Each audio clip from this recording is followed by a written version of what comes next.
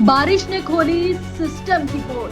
आम गांव में घर घर घुसा पानी। नगर परिषद की लापरवाही या बद इंतजामी। बारिश में डूबे कई मोहल्ले।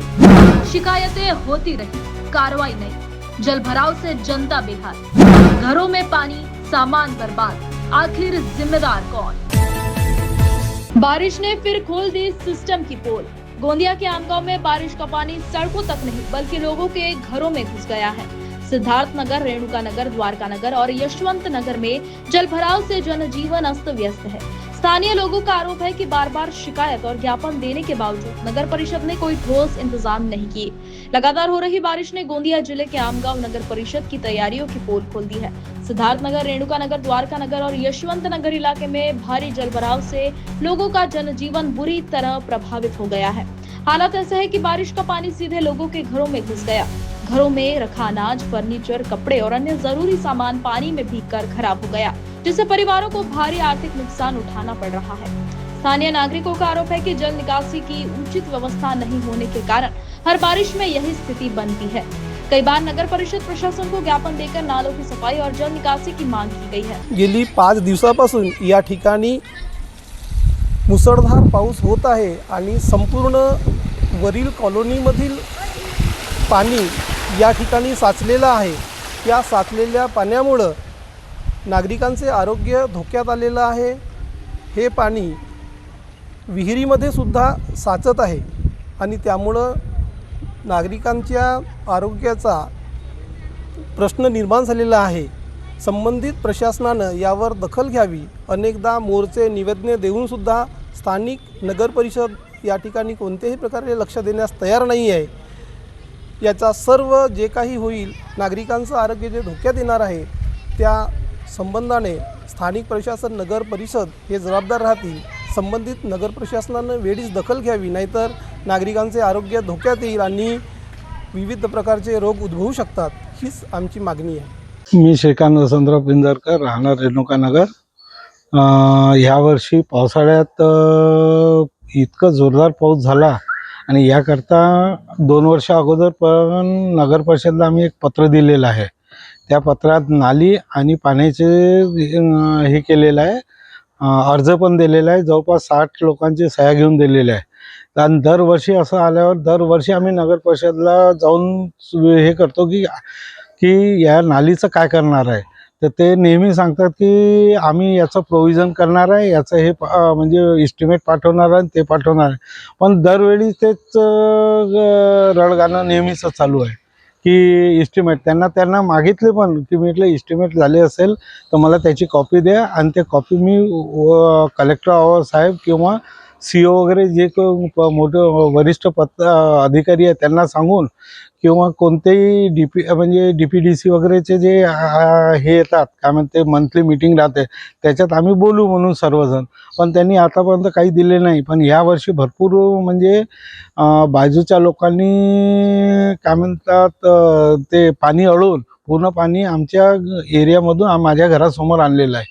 त्यामुळे मला भरपूर त्रास होत आहे। तरी नगर परिषदला हीच विनंती आहे की कमीत कमी नाही केलं तर कमीत कमी नालीची व्यवस्था आणि निकासीची व्यवस्था करावी। मैं रेणुका नगर निवासी रितेश अग्रवाल हूँ। मैं विगत यहाँ इस कॉलोनी में लगभग 8 वर्षों से रह रहा हूँ। बारिश शुरू होते ही, अभी 2 ही दिनों से बारिश शुरू है, 2 ही दिनों में रेणुका नगर पूरा जलमग्न हो गया है। और हर साल की ये तकलीफ है। प्रशासन ना कोई ध्यान देता, कुछ नहीं, पानी निकासी के लिए आ जाता है फिर चले जाता है। इसलिए इस क्षेत्र के जनप्रतिनिधि आदरणीय संजय जी पुराम, क्षेत्र के सांसद श्री कृष्ण जी और नगर परिषद से निवेदन है कि हमारे इस कॉलोनी में नाली की सुविधा बहुत ज़रूरी है। लोगों की, स्कूल के बच्चों को जान के जोखिम में डाल करके स्कूल ले जाने की कोशिश की जा रही है। कोई बड़ी दुर्घटना हो गई तो इसकी जिम्मेदारी कौन लेगा? ये यहाँ के प्रशासक है, कोई ध्यान देते नहीं है। इसलिए सबसे निवेदन है, क्षेत्र के जनप्रतिनिधि हो या प्रशासक हो, कि इस रेणुका नगर की स्थायी रूप से समस्या का निवारण किया जाए। आपण बघतच आहात की आज गेल्या 5 दिवसापासून पावसाची संततधार चालूच आहे आणि अशा वेळी जे काही नागरिक ज्या कॉलनीमध्ये राहत आहेत, अशीच आमची कॉलनी बघा पूर्ण पाण्याने वेढून झालेली आहे।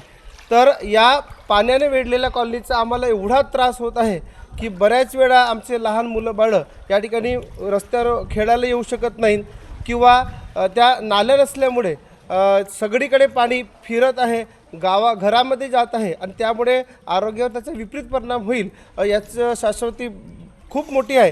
त्यामुळे प्रशासनाने याकडे लक्ष द्यावं आणि त्वरित या भागातील नाल्या आपण तयार कराव्यात आणि काय सांडपाणी आपल्याला त्याची व्यवस्था करता येईल त्या सांडपाण्याची आपण व्यवस्था करावी, जेणेकरून आम्हाला या रेणुकानगरमध्ये आम्हाला चांगल्या प्रकारे राहण्याची संधी मिळेल.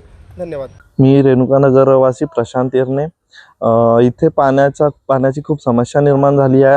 आमगाव तालुक्यातील रेणुकानगर येथे खूप मोठी पाण्याची समस्या निर्माण झाली आहे. इथे सगळे घरं पाण्याच्या आतमध्ये बुडालेले असून इथला पाणी निचरा होत नाही आहे, बाहेर निकष होत नाही या पाण्याचा. त्याच्यामुळे आम्ही वारंवार मागच्या 2 वर्षापासून नगर परिषद येथे व्हिजिट केला असून नगर परिषदचे कर्मचारी सदर मुख्याधिकारी आजपर्यंत येऊन इथं पाहणी केली नाही. तरी कृपया यांना विनंती आहे की यांनी येऊन इथे एकदा व्हिजिट करावा आणि ह्या पाण्याचे निचरा करून पाणी कायमस्वरूपी नेहमीसाठी बाहेर करण्याचा प्रयत्न करावा आणि इथे नाल्यांची सगळ्या गोष्टींची सोय स्वतःच्या नियमानुसार आणि स्वतःच्या कायद्यानुसार करण्यात यावी ही विनंती करतो. मागील 5 दिवसापासून सततच्या पाऊसमुळे या कॉलनीमध्ये मोठ्या प्रमाणात पाणी साचलेलं आहे आणि ह्या पाणी साचल्यामुळे पिण्याचं पाणी प्रदूषित झालेलं आहे.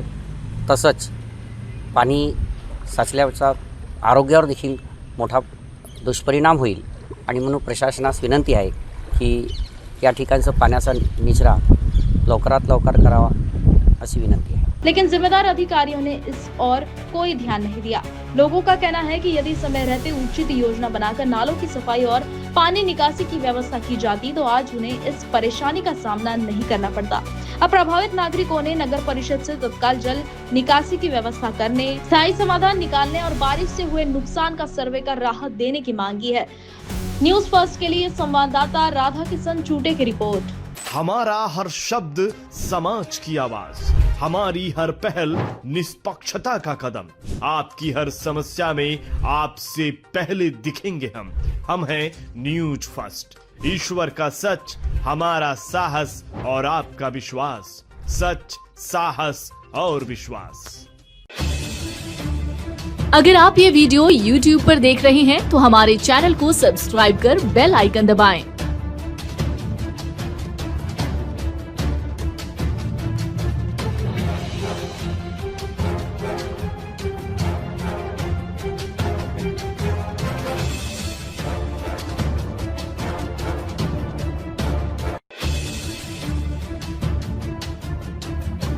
और Facebook पर देख रहे हैं तो हमारे पेज को लाइक करें।